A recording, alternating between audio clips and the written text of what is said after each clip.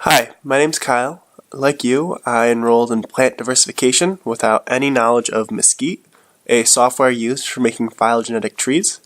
So in this video I will show you how to do that. So let's begin with our prompt. So we're tasked with distinguishing between these 6 taxa. Orwell, Alan, Bob, Chuck, Dave, and Ed. Just for easy. Like your outgroup, then A, B, C, D, and E. So to do this, we'll open up Mesquite, and we'll start by making a new document. It'll ask you to save. That's not super important. I usually try to do all the work without saving and just doing it all at once, so I don't have to worry about going back and reopening it. So the taxa is how many basically people we have. So as I said before, we have 6, including the outgroup. And we want to make a character matrix. That's very important.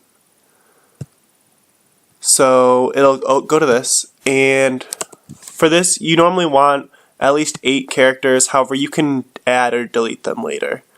And press OK. And so it'll load, and you'll be getting your character matrix. So get that out of the way. What you want to start doing immediately is trying to load your data into the matrix. So I'll start with everyone's names. So with these, it's pretty easy to navigate between the text boxes if you just use your arrow keys. So if you do up and down, if you start typing, then when you do side to side, it moves in the text box. But if it's highlighted, then you can move side to side pretty easily. So you just go ahead, put all the names in. Normally you would do this with all of their taxa, like whether it's like types of green algae you're trying to distinguish or phylum of plants. So then you just go ahead and start, and you look at anything that would make them different. So with Orwell, he's the outgroup, so that means he represents all the basal traits. So what you do is you put in a trait. So we'll start with, say, hair, which Alan,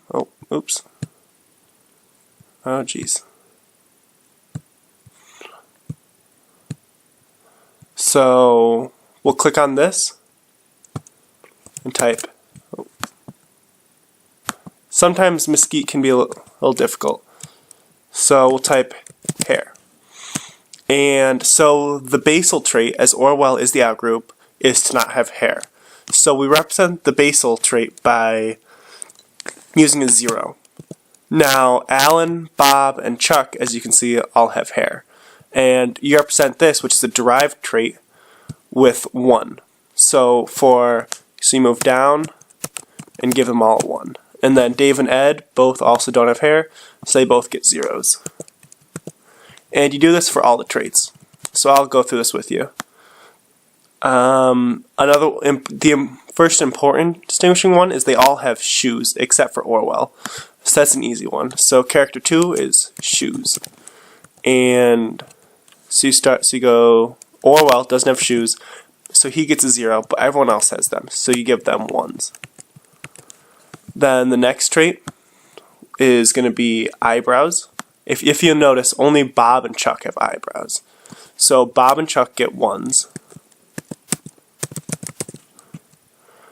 So Orwell and Alan don't have them, so they both get 0. Bob and Chuck both have them, so they both get a 1. And then Dave and Ed don't have them, so they both get 0s. So you keep doing this, you fill it in. Next I'll do a mustache. And arrow key down. So only Bob has a mustache. So he gets a 1. And then everyone else gets a 0. Because, as you can see, since Orwell doesn't have a mustache, not having a mustache is the basal trait.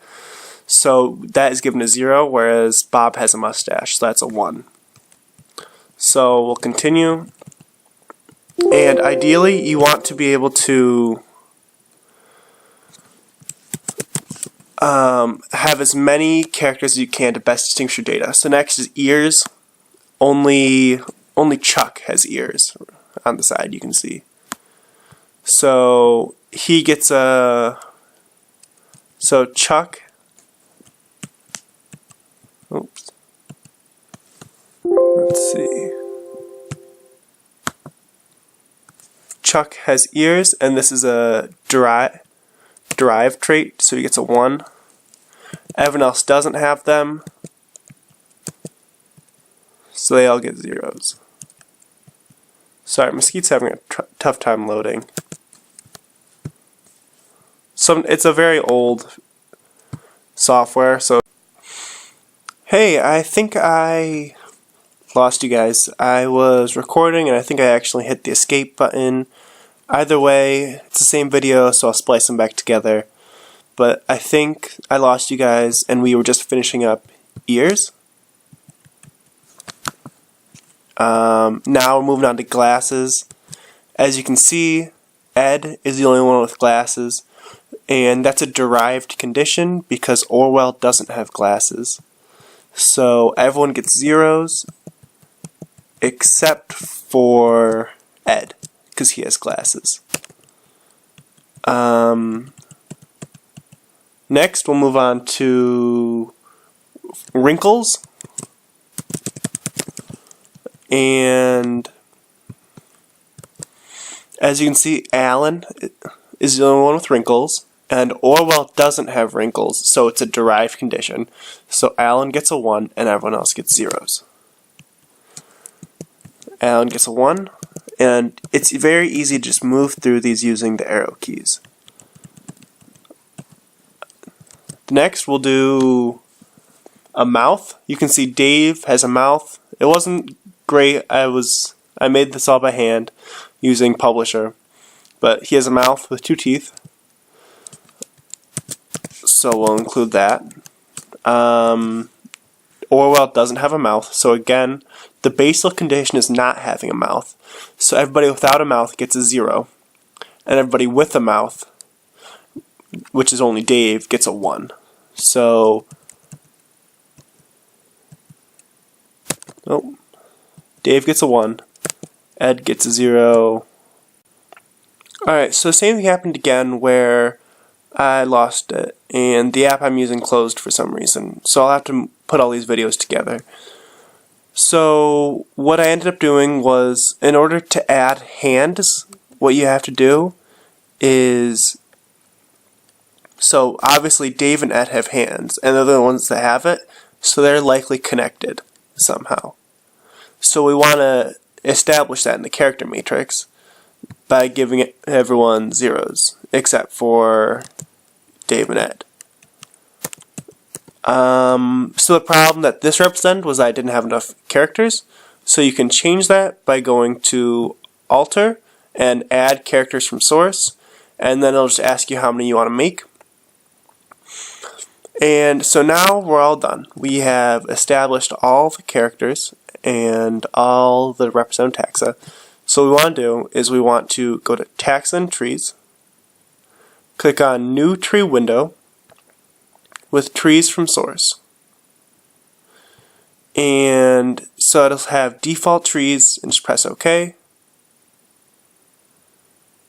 And it'll load. And the first thing you want to do is you click on this button right here. And this is to select your outgroup. And since Orwell was our outgroup, you'll wait till he's highlighted and click on him.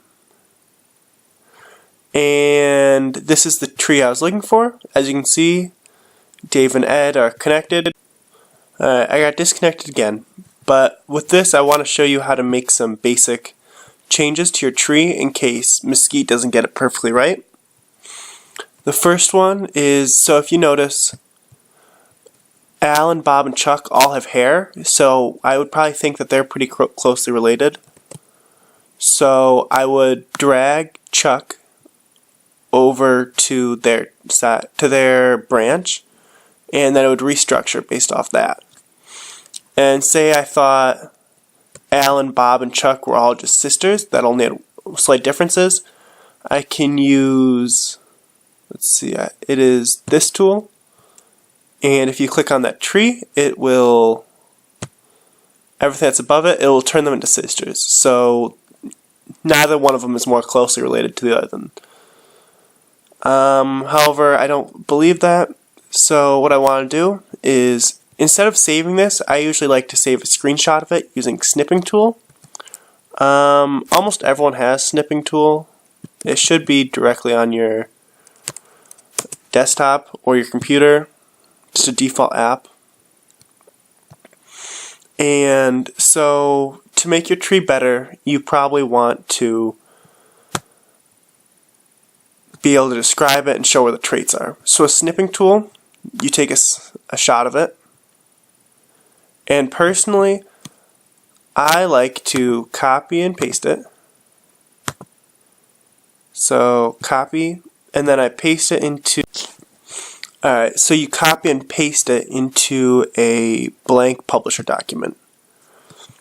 And what you then go and do is, what I like to do is I like to zoom in, or sometimes you don't have to, but you insert, and then you draw a text box.